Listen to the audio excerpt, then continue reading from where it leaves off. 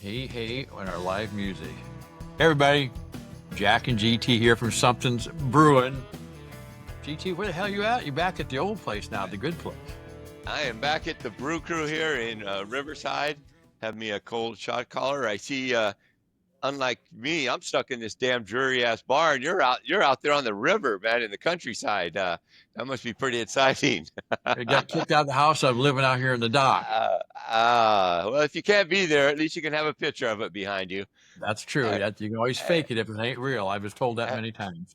Anyway, hey, we're talking about, I did a couple programs about Social Security, and that's we're going to talk about something today, Social Security fraud, because this story is another one, hits pretty close to home. I'm going to show you a copy of an email someone got that you guys probably know this guy. And right here, you might not be able to read all of it, but this is a copy of an email from the Social Security Administration, supposedly, to someone. And it says, we're writing to inform you have detected unusual activity in your Social Security online account. And it goes on to say, you need to get a hold of us right away. There's a phone number here to call, which I did try to call, by the way. And failure to take action in 48 hours or permanent suspension of your online services and your account, you'll get no money. This came to you, did it not, GT? yeah, it sure did. It's kind of funny because you had that ordeal with you actually getting hacked at Social Security, which is extremely rare. And then I get this one a few days later, and I go, "Hey, check this out." And and when I was looking at it, it read exactly what Jack said, and it had the right iconography, all the pictures of the Social Security emblems, everything with the right color, and it looked real. And so I'm looking through it, and then I got down to the bottom email address, and it was something.com and so for any of you that get anything, I'm not saying they're all frauds, but if they say .com, it's probably a scam. It'll say .gov. When you go to Social Security, it's .gov, and they don't give just anybody a .gov. You can't buy them. They're for the government. They own that. They own that. That URL, and you can't get it. And so if it doesn't say .gov, it's probably not real, but they were fishing me, a fish scam, and I don't know what happens if I click on that link, but it was going to ask me for something. Sure I don't was. know what, but it's happened before, so I knew it was going to ask me for something. Yeah. Well, for the people that don't know, my Social Security account actually got hacked on SSA.gov, the Social Security online account system. Actually got hacked. Someone changed my deposit account on there. I don't know how it happened. You can go. In fact, I think I'm going to attach that video to the back of this one. Take a look at it. It was some weird shit that I had to go through to get it fixed, but did get it fixed. But I will tell you this: if something happens like with GT, or you get a question, the number you call is 1-800-772-1213.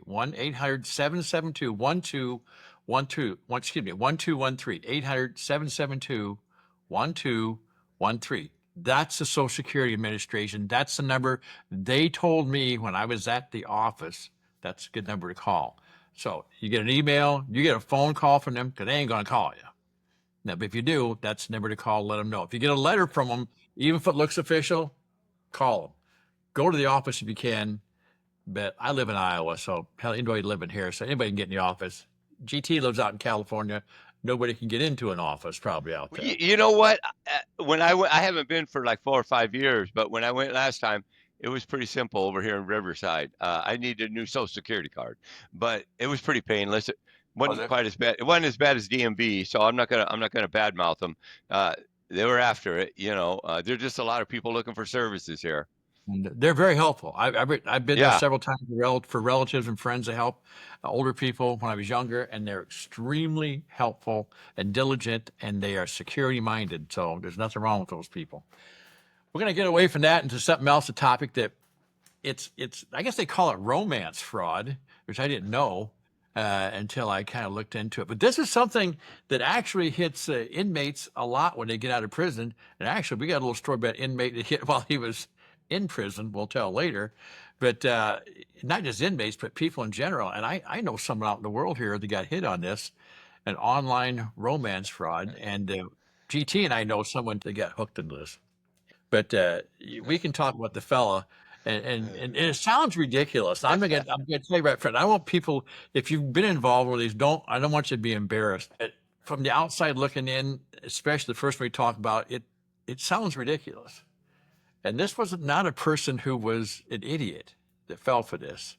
He had some strange ideas, but I don't.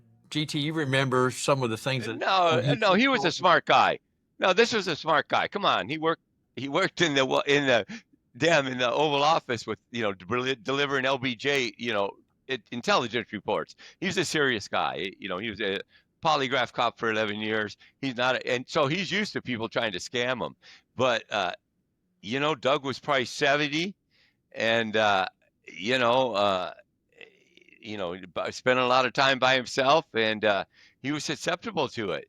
And when you look at her pictures and you look at Doug, well, no, Doug looked pretty good for 70 years old. I would love to have all that hair. But anyway, yeah. Oh man, I was jealous of him. Doug's got a nice mop. I'm going, man, I could do some work with that. But anyways, when you see, it's always back to that old adage: if it seems too good to be true, it probably is.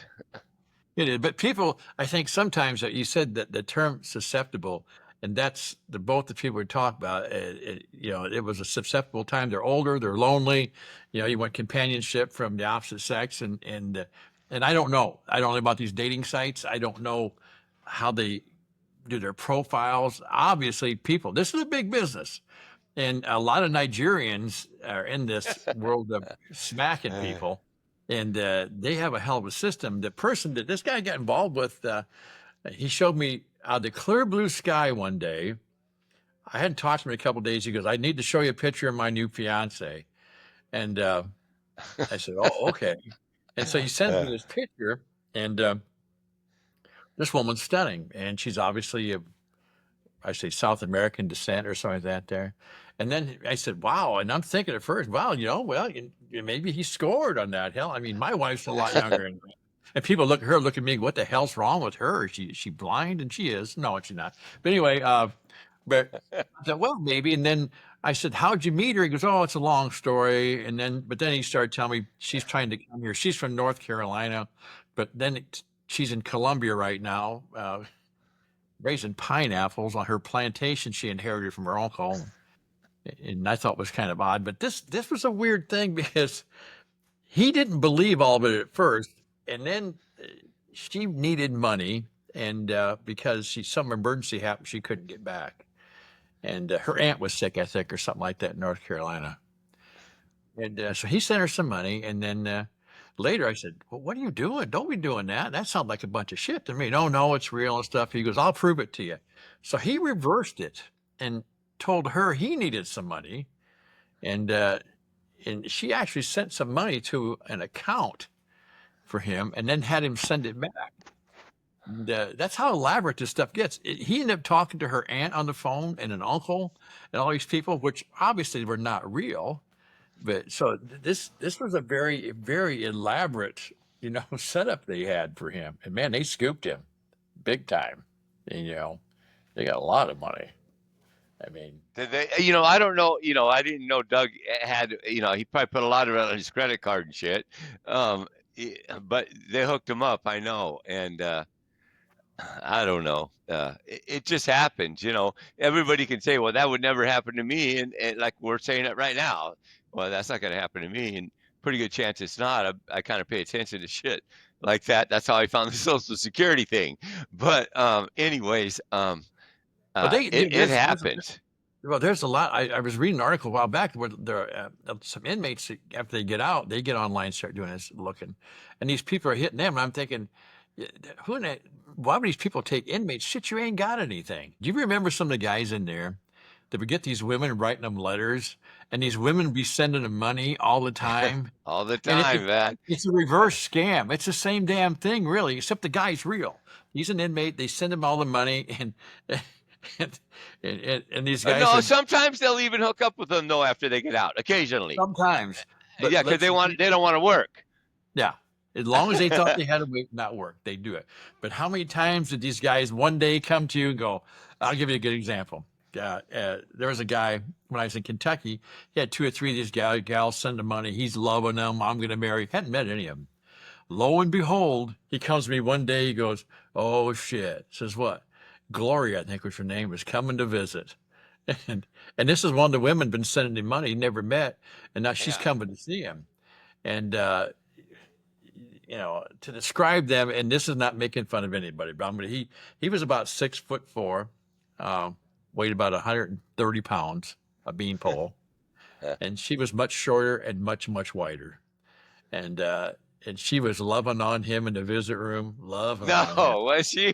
Oh, Uh, and uh, he had this look of great distress on his face, and the did visit room he? was full that day. Yeah, and most Oh, guys. so he was out More on Front volunteer. Street.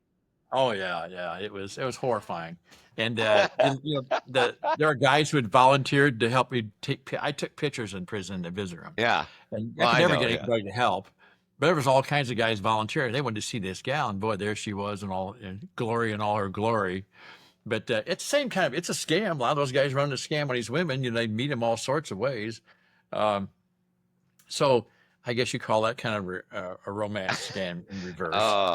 Well, I had you never told me that one. I like that one. I could see that going down because I know exactly that hustle that's perpetrated on all kinds of women. But some, like I said, some of them go to see them. And now I got to tell you one, and you're going to know this story. This one was perpetrated on an inmate, and the guy that we were in prison camp with, me and Jack. And God dang it, I told you his name the other day. I remembered it.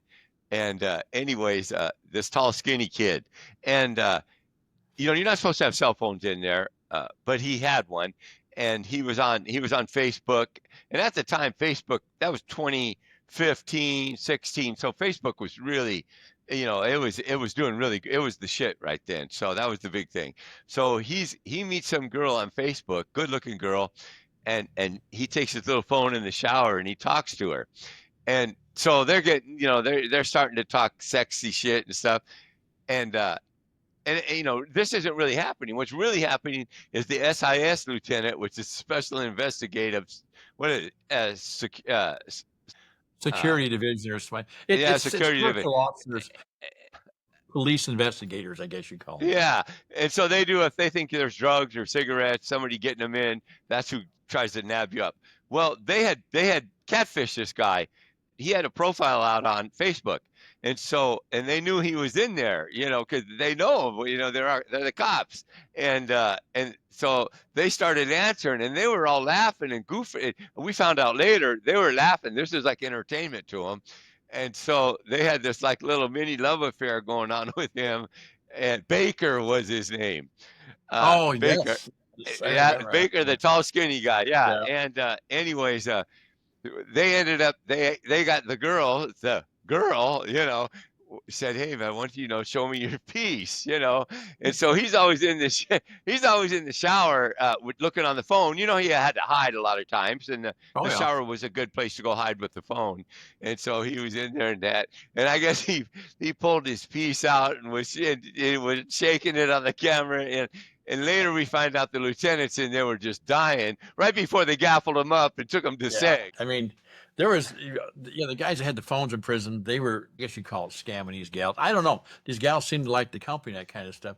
And some of these gals, I think, were desperate because why would you talk to an inmate? They knew these guys were in prison. There wasn't any joke or any guessing about that. They knew these guys where they were at. And I'll give you a good example in Kentucky. A couple young fellas from Ohio. One time I'm running. I was a big runner in prison. I come in and take a shower, and it's night, right about dark, before 9 o'clock count, which they count us every night at 9 o'clock, make sure everybody's there. Anyway, so I go and take a shower. I go and I hear this music real loud in the shower room, right on the wall by the slug, going boom, boom, boom. I thought, what the hell? So I look over, and here's these two guys. All I can see is the back of their heads, and they're going boom, boom. They're following this music. I thought, what is that? I said, what are you guys doing? I go, look. And this girl got a giant butt, and it's right there in the camera, and the music go boom, and she move it, and boom, and their heads are following it. So I go off and take a shower, come back, and they're still in it. Boom, boom. So they count time, and they tell guy, go, honey, I'll talk to you tomorrow. The guy goes, and they shut her off, and away they Oh, go. he knew her. Yeah, he knew her. Oh, I thought he was just watching something online. No, and that's what I thought. And I said, God, I said, man, is that? He said, oh, that's this girl I hooked up with. She's a nurse up in Cleveland or Cincinnati or somewhere. Oh, man. Yeah, he goes, we're going to hook up when we get out. And she sends me some money, but I told her my buddy wanted to see some butt dancing. And she kicked with it. Yeah. Hey, And she's a cool girl. God, That's and cool, the thing though. is, who cares? But Yeah. the thing is, you wonder, you got to wonder, what is the attraction to some dude in the prison? But there it is. We kind of got off the beaten path a little bit, but that's the way it is. But when you think about it, it's even in these scams and everything, it's there's a little codependency going on. That explains a lot of it. A lot of the people that go into these things, they're codependent. And anybody who's lived with a drug addict or an alcoholic, and if they're not one, but they're probably codependent. And I don't really think it's that much different. They're by themselves, and somebody needs help, and they like to help people, and so there's an altruistic, I don't know, slant to it in some ways. I think. I don't know. I'm just a truck driver. But they got these pen pal programs for women. Do you remember the guy in Florence, a little red-headed guy? He was a biker. He'd been a pledge for the Hell's Angels or something, but he hadn't made it to get busted with drugs. He was from Minnesota. And I can't put a face on it, but I remember that story. Anyway, but he did, and this is how weird this. He typed out. He had these old beat-up typewriters. This questionnaire, and it had like 30 different questions on it. He'd ask these women before you're allowed to send me any money in here and we make any connection, you need to ask these questions. And these weren't questions about their credit.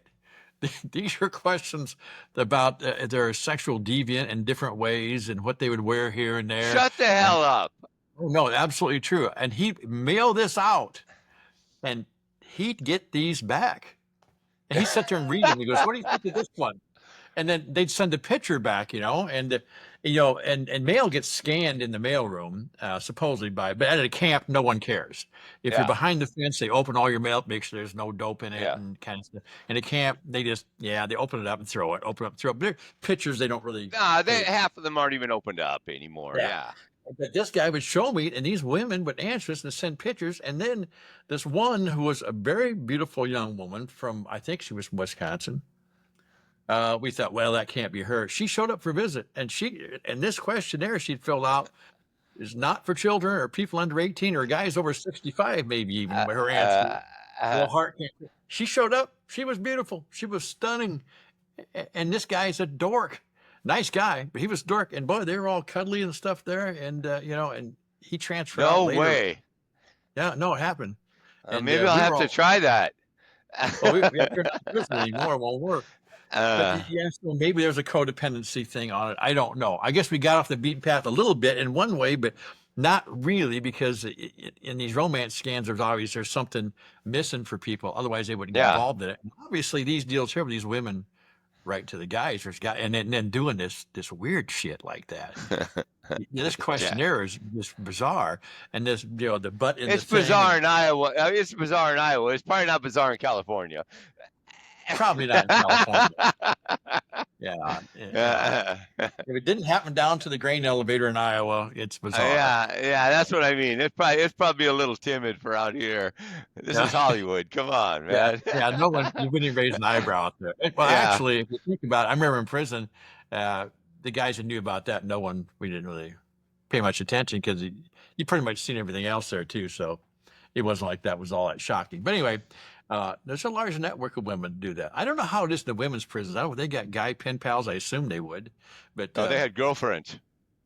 Yeah, well, most of them had girlfriends. Like, when I got to Pleasanton, like my girlfriend had a girlfriend at the prison she was at before, and if there's no guys around, the girls are cool. They all have girlfriends just about.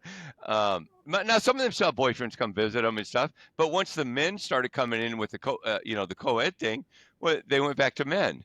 But if there was no men, they just, it's an easy transition for the girls in prison. I get it. Yeah, for them, that's cool. Once you get where the cell phones are, guys are pretty much open to do whatever. And the camps are full of cell phones. We're not telling any deep, dark secrets. They're everywhere there. And I don't think they can ever do They're anything in the about them. FCIs. They're Yeah, just they're not as everywhere. prevalent. They're not as prevalent, but their cell phones get in the FCIs too. Yeah. That means Well, the guards have to bring them in. yeah. Well, when I was in Kentucky, we used to go down to the work at the pen when they'd have lockdowns. We talked about. I was in the camp. They'd send us down to the pen to work when they had, there'd been a riot or a fight there and stuff. Which And, all the time. yeah, all the time in the pen, all the time. And they had cell phones. They got in there. They'd find cell phones in there, and how they getting them in? The COs are bringing them in. Don't shit yourself. I mean, that's what's happening, and I make no bones about it at that place. No, you're not getting one out of the visiting room and stuff. You might be able to swallow some drugs, or put it in the vault, and something when you go to the bathroom. But cell phones, that's in the behind the fence. It's got to be the COs, not in the camp, of course. For us to go in there to work, they'd strip us down. And and then they walk you through metal detectors and everything else. And here come the COs walking in, and they'd go through the metal detector with these big old bags they carry. Where everybody carries a giant bag to work now.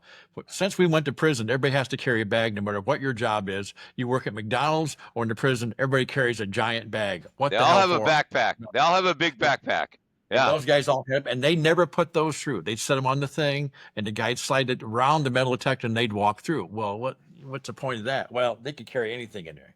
Yeah. And no one cared. That's just how it was. No. Well, one guy got caught out there, and they cared after that. So I don't know what the system is now. But anyway, they were bringing that shit in. There's no doubt about it. So, boy, we got sidetracked today, huh? That's okay. It's better. I know. It was. It went good. I'm just saying. I enjoyed the conversation. Yeah.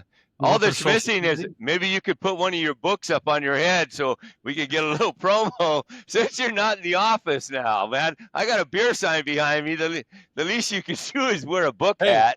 I'm going to tell everybody something about this book right here. This book right now. Oh, it worked. Is it fading in and out? Anyway, no, right there. Okay, this book right now, sales are picking up on Amazon. And I forgot to tell you about this a lot. This is a book about polygraph. This is a guy, Doug Williams, who fought against the polygraph for years after being a very famous polygraph operator. The reason it's picking up is, we're going to close out this little comment, we're jumping all over hell, is the fact that the department, what's her name? The woman, home security, what the hell she is? Kristi Noem? Kristi Noem? They're polygraphing everybody. Everybody. Yeah. Yeah. And, yeah. And so is the crazy guy over at the FBI, Kash Patel. Kash Patel. Yeah. Everybody. The shit don't work. Don't work at all. Anybody who's got any brains off pass one easily. Have you ever said anything? Go ahead. Yeah. No, I said they can pass one easy. I mean, it's crazy, but they're putting those out there and acting like this is going to tell them, who's leaking information and the shit. Well, they are from their text messages. But they probably won't polygraph that group. But anyway, I guess I got nothing else on that. We pitched the book. We talked about Social Security. We talked about the guy showing his piece on the phone to the security detail. Yeah. We talked about Doug falling in love with the Colombian heiress. Yeah. And the butt shaking in the phone in the bathroom in Kentucky in the camp. So I think that pretty much covers it for today. You got any hot topics for me to share? No, man. I guess I'll see you next week. Anybody that watches, thanks for watching. Subscribe if you can. We could use the support. So thanks for viewing our stuff. Yep. And it's brought to you by our sponsor, which is Prison Break Brewery, which is sitting right over there and right out there where Greg's at. Anyway, we'll be seeing you next week. And our topics next week are, who the hell knows? We might go anywhere. I'd give you one, but you'd probably be wrong. We'll take off again. That's okay. Hey, folks, it's Jack and GT from Something's Brewing. See you next week.